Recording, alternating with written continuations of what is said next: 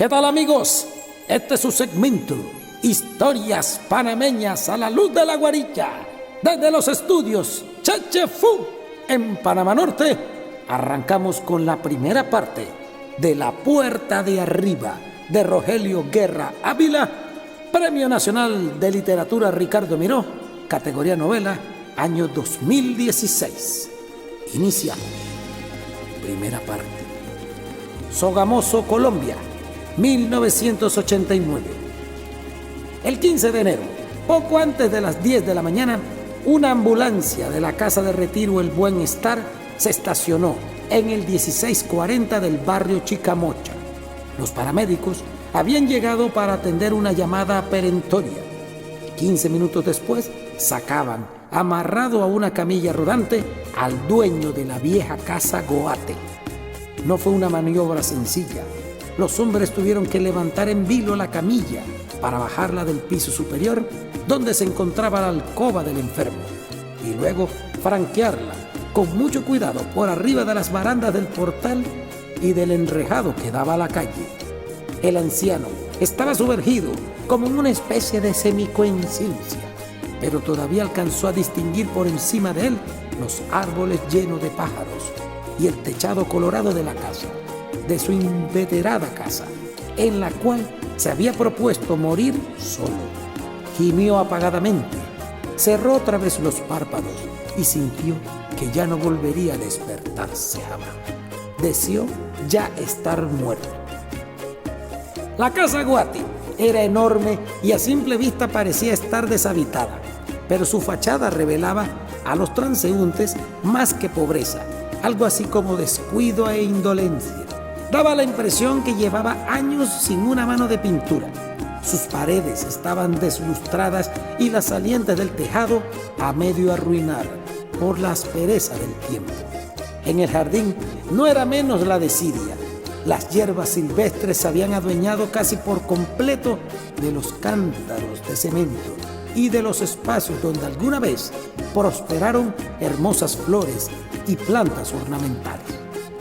Tanta apatía había despertado la codicia de más de un inversionista petulante que percibían en la propiedad un negocio de grandes rentas, no por la edificación, de por sí tan mal tenida, sino por la extensión de la heredad baldía, donde hacía mucho habían dejado de medrar los cultivos y la cría de reses venida de Casanare.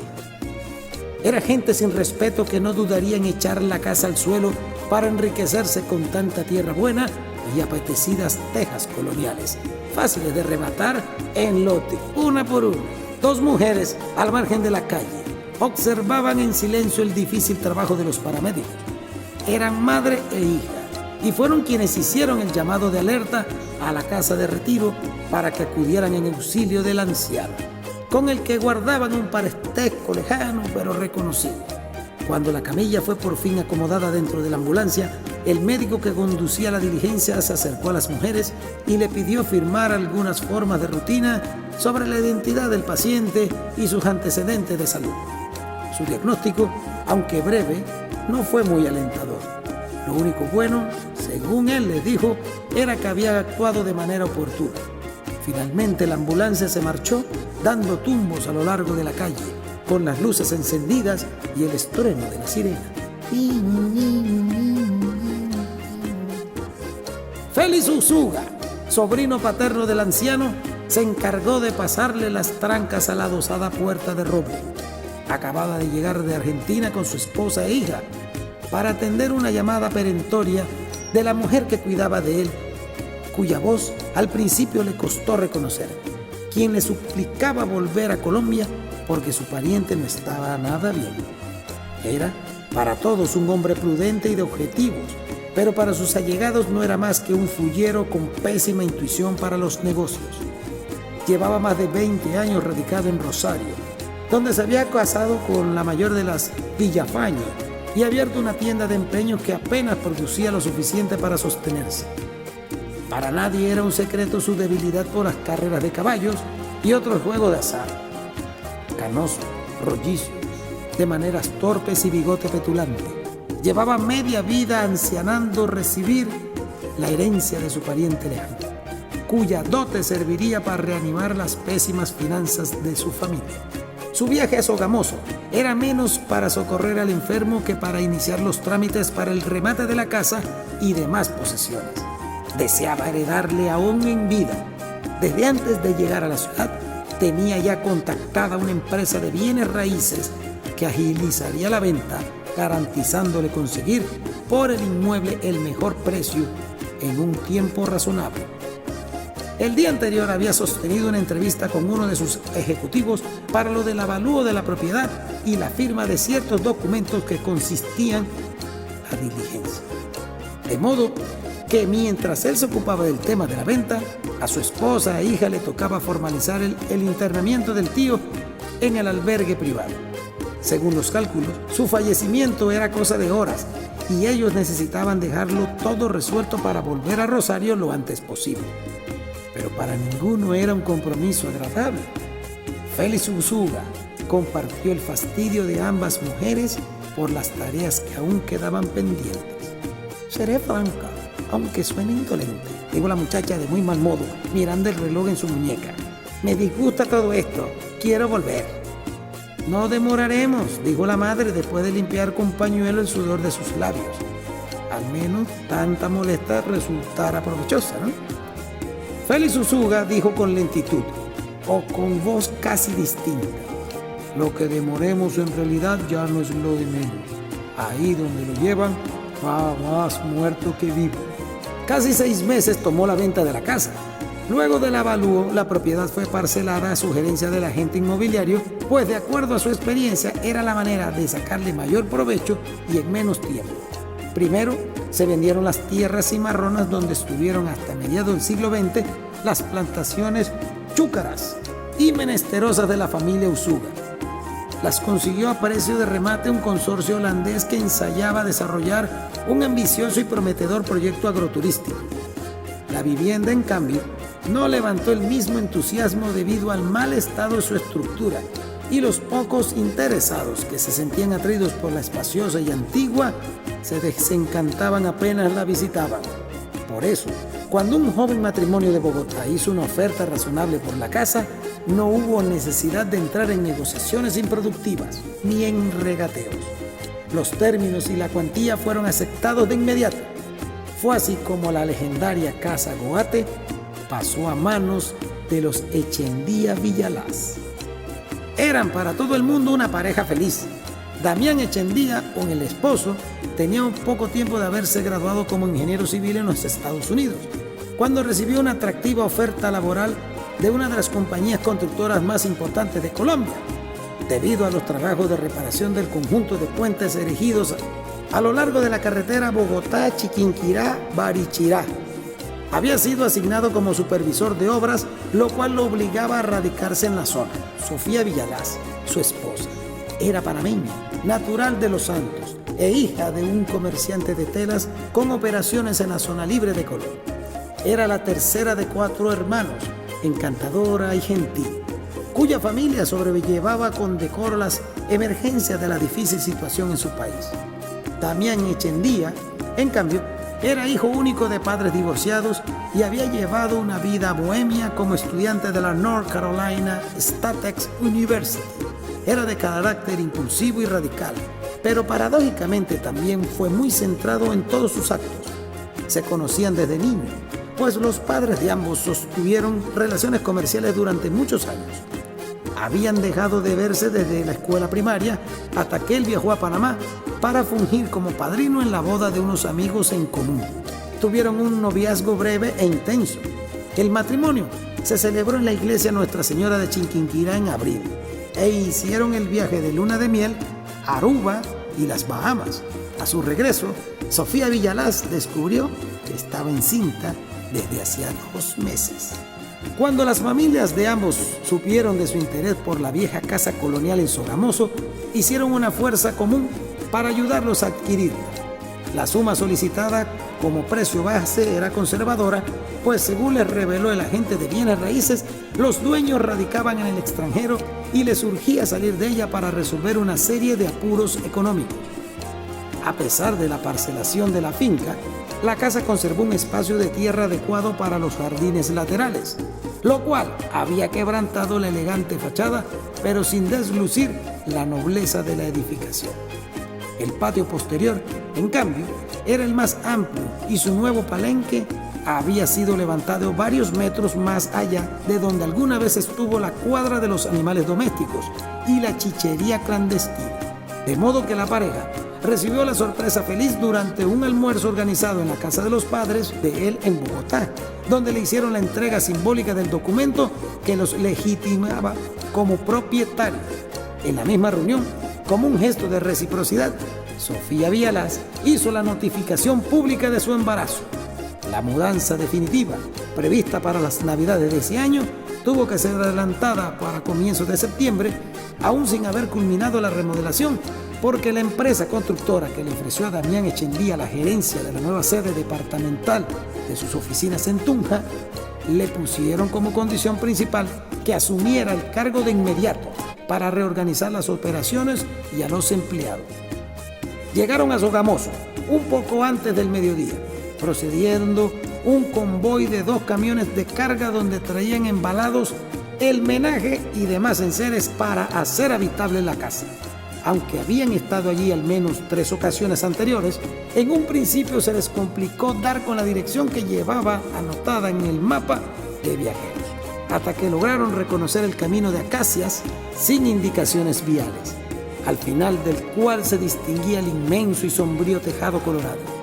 La restauración de la casa Guate avanzaba a buen ritmo. Por todas partes hormigueaban obreros con sus herramientas y andamios y materiales de construcción apilados en los derruidos jardines. La edificación poco a poco parecía recuperarse de su abandono. El agente de bienes raíces se le había adelantado para organizar lo de la entrega formal de la casa. Salió hasta la calle a recibirlos con su estruendosa cordialidad y saludó a ambos con un apretón de manos ceremonioso y exagerado. Sofía, que ya andaba en el 7º mes de embarazo, necesitó ayuda para salir del carro. Llevaba en brazos un simpático perrito de aguas que era un regalo de su esposo para que le hiciera compañía mientras él estaba ausente durante el día. Todos admiraron, embelesados, el impresionante resurgimiento de la estructura como en sus mejores días. Ya no parece más una casa triste, dijo Sofía de buen talante. Ha ido perdiendo lo mucho que tenía de húmeda y de abandonada. Ha sido una excelente inversión, dijo gozoso el vendedor, al darles paso y pedirles que entraran para firmar algunos papeles. Adentro, las habitaciones estaban completamente desmanteladas, con reguero de desperdicio por todas partes, pero era notable que rápidamente comenzaba a tomar forma. El tenue resplandor de la mañana iluminaba el recinto desvalijado de la sala a través de los altos ventanales que le hacían parecer un gran aparador de botica. Luego de una somera inspección por los alrededores y de hacer algunas preguntas al encargado de la obra, se reunieron alrededor de un mesón de trabajo para revisar los oficios pendientes.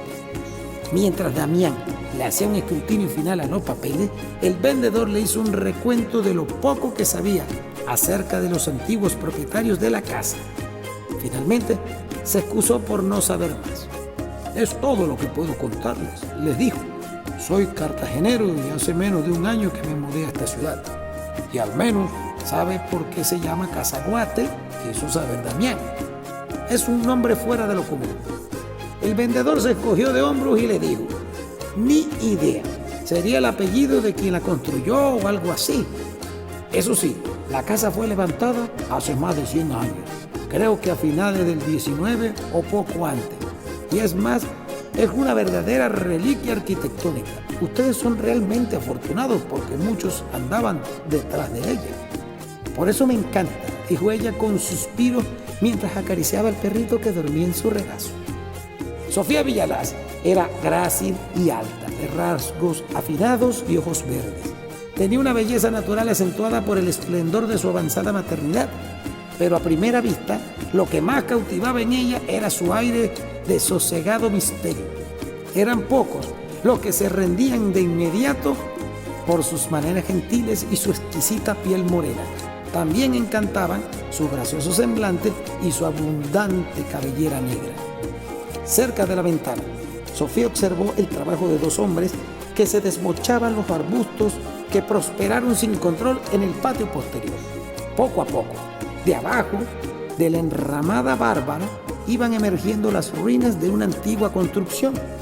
Era apenas un marco empedrado y simétrico, pero permitía fácilmente suponer las proporciones de una construcción dilapidada desde hacía muchos años. Alguien me dijo que existió ahí una chichería clandestina que fue arrasada por un incendio, dijo el vendedor al asomarse también a la ventana. La fabricación artesanal de aguardiente era común en esa época. He leído que ni siquiera el propio Libertador pudo prohibirla. No me extrañaría que la casa estuviera llena de fantasmas, dijo Damián Echendía de buen humor al devolverle al vendedor los papeles y el bolígrafo. Solo entonces examinó la habitación con una mirada consecuente. Miró luego a su esposa y le sonrió entusiasmado. Sofía alzó los ojos, inclinó hacia él su cara perfecta y le devolvió la sonrisa. Mientras el vendedor guardaba otra vez los papeles en el maletín, les aclaró que todo cuanto encontraran en la casa era ahora de su propiedad. Los antiguos dueños habían rematado la mayoría de los muebles antiguos y demás objetos de valor. El saldo, desperdigado por todas las habitaciones, podía ser dispuesto por ellos como mejor les pareciera. Antes de marcharse, como un detalle especial y en agradecimiento por la compra, les hizo la entrega simbólica de una vieja llave de hierro con una extraña línea de palabras grabadas en el dorso, cuyo mensaje nadie había podido descifrar. La encontraron unos obreros al desmantelar parte del baño superior, dijo el vendedor. No hemos podido establecer qué cerradura abre. Lo más seguro es que ninguna, pero pueden conservarla como una alegoría de su nuevo hogar. A Sofía le pareció un objeto curioso y agradeció el gesto. Luego dieron la orden a los hombres de la mudanza de descargar el nuevo mobiliario y acomodarlo donde mejor se pudiera. Mientras lo hacían, Sofía y Damián continuaron recorriendo la casa y trazando planes para la decoración. En el piso superior, que era donde los trabajos iban más avanzados, entraron a la alcoba principal. Allí, los únicos objetos encontrados eran un alto ropero de caoba con flores y pámpanos tallados en las puertas y una espantosa lámpara de bronce que pendía solitaria del cielo raso. Ambos percibieron de inmediato la sensación de que en aquel era una especie de refugio inviolable, pero Sofía pensó que era un recinto como se podían alimentarse toda clase de pesadillas tenaces. Es un mueble hermoso, le dijo a su esposo al acercarse al ropero para contemplar los detalles, pero me da la sensación de que podríamos encontrar dentro un centenar de cadáveres escondidos. Damián celebró de buen talante su ocurrencia. Se ve que es una pieza excelente, dice. Debe costar unos buenos pesos. Lo quiero fuera de aquí, dijo Sofía Vialás con una sentencia. Mi amiga, la de los cachivaches, sabrá qué hacer con el mueble tan extravagante como este. Se refería a Oralia Duque, propietaria de una legendaria casa de antigüedades en Tunja. Sofía se comunicó con ella en cuanto pudo y le comentó acerca del viejo ropero y otras piezas que podían interesarle para su negocio. 2 días después apareció en la casa con su saludable alborozo de siempre, llevando consigo una caja de confituras traída en su último viaje por España. Y lo primero que hizo fue enaltecer hasta los detalles más triviales de la vivienda.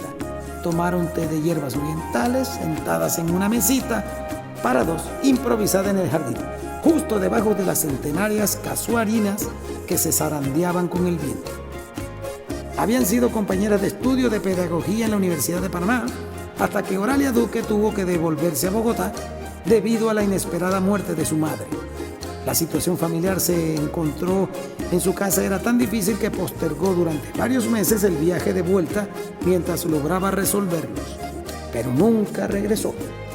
Abandonó definitivamente la carrera a mitad del 5º semestre, liquidó el negocio de ropa dejado por la finada y con el poco dinero que logró salvar de los acreedores, abrió la Casa de Antigüedades de Tunja. Acababa de firmarle el divorcio a su segundo esposo, un médico pediatra que la amó con locura y renunció a ella en nombre de ese mismo amor. Feliz, parlanchina y sosacadora, quedó encantada con los misterios de la Casa Guate. que Sofía le refirió entre cada taza de té. Amiga mía, le dijo con un gracioso aire de diva, no importa si te has comprado la mansión de Drácula, bien vale el sacrificio de ese marido tan guapo y de buena familia que te conseguiste. Sofía sonrió, sintió que los músculos de la cara se le aflojaron. Había amanecido con malestares, pero se esforzaba por ignorarlos. La casa es en realidad encantadora, no lo puedo negar, dijo con entonación cansada. Espera que la termine de arreglar y verás que ya no será más el escenario de un cuento de horror. Necesito ideas para hacerla más encantadora, para convertirla en un verdadero hogar. Oralia Duque, como si acababa de atrapar la idea en el aire, dijo, yo te la decoro, niña, y sin mucho costo. Entre un matrimonio y otro había tomado clases de diseño de interiores, según ella, su verdadera vocación, aunque como otras muchas de sus pasiones, también la había abandonado cuando le surgió otro interés. Manejaba su negocio con fluidez y agudeza y le iba muy bien. Era famosa en su círculo social por su genial torpeza y sus indolentes escrúpulos. Sofía se quedó con la taza a medio camino pensando en la propuesta. Luego mordió el trocito de confitura y le dice, ¿acepto, Oralia Duque? Oralia, por supuesto, celebró encantada la decisión de su amiga. Después de tomarse la marmita con té, le mostró la casa y los objetos que podía llevar consigo a la tienda. Los muebles nuevos estaban acomodados en las habitaciones desmanteladas y las cajas con los utensilios domésticos ocupaban parte del pasillo superior y hasta el baño de las visitas. En la alcoba principal, todavía a medio armar, estaba la cama matrimonial y algunos otros trastos amontonados en un parapeto improvisado, fantaseando con la sombra azulada de los ventanales. Tal como Sofía lo esperaba, el armario le pareció a su amiga una encantadora pieza de colección digna del más curioso museo. Es prosaico y primitivo, quizás es encopetado, pero se nota que arrastra consigo una historia interesantísima. Al apreciar los inventivos detalles del mueble y probar el funcionamiento de sus cerraduras, cuya llave se mantenían hundida en uno de los pasadores. Me atrevo a decir que es del siglo XIX, es de talladura local.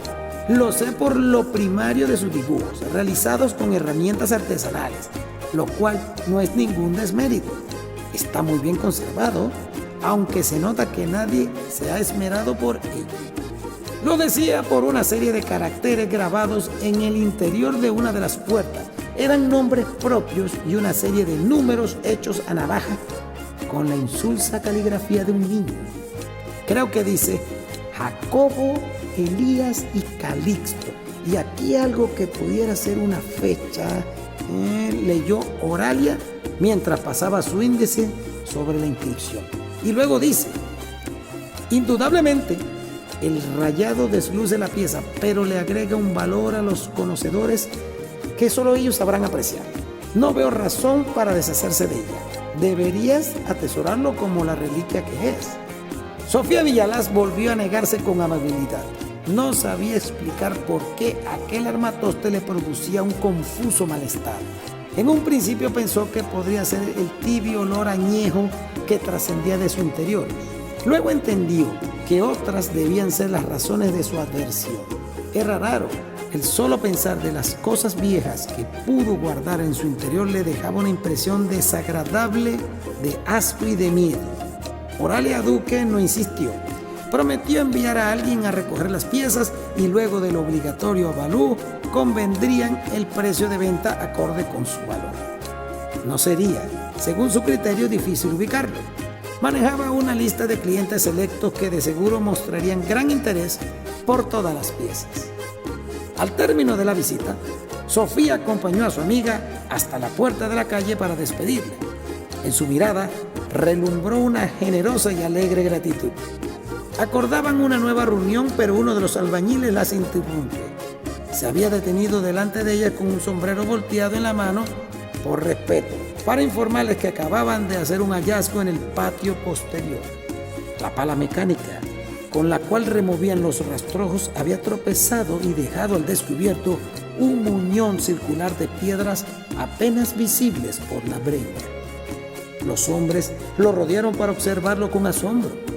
era un pozo de mediana hondura sellado por una losa de cemento que la pala mecánica había roto en 2 pedazos. No era, según los entendidos, un elemento raro en una casa tan antigua como aquella, debido a que los primeros habitantes se abastecieron del agua de los aljibes hasta que fue construido el acueducto local. Para comprobar su profundidad, uno de los hombres dejó caer una piedra dentro del dilapidado agujero. Cayó sin el menor ruido, como en el fondo de un abismo. Oralia se sintió maravillada con el hallazgo. Sofía, en cambio, experimentó la misma extraña aversión que le producía el ropero. Palideció y con un gesto de ambas manos dio la orden de volver a sellar el agujero. Mejor lo mantenemos tal cual estaba, dijo. No quiero que quede la menor señal de su existencia. Con estas palabras cerramos la primera parte de esta historia interesante. La puerta de arriba. Rogelio Guerra Ávila, Premio Nacional de Literatura Ricardo Miró, categoría novela, 2016. Este es su segmento, Historias Panameñas a la luz de la guaricha, en directo desde los estudios de Chechefú, en Panamá Norte. Juan Heraclio Torrente en la narrativa. Hasta la próxima. ¡Ven!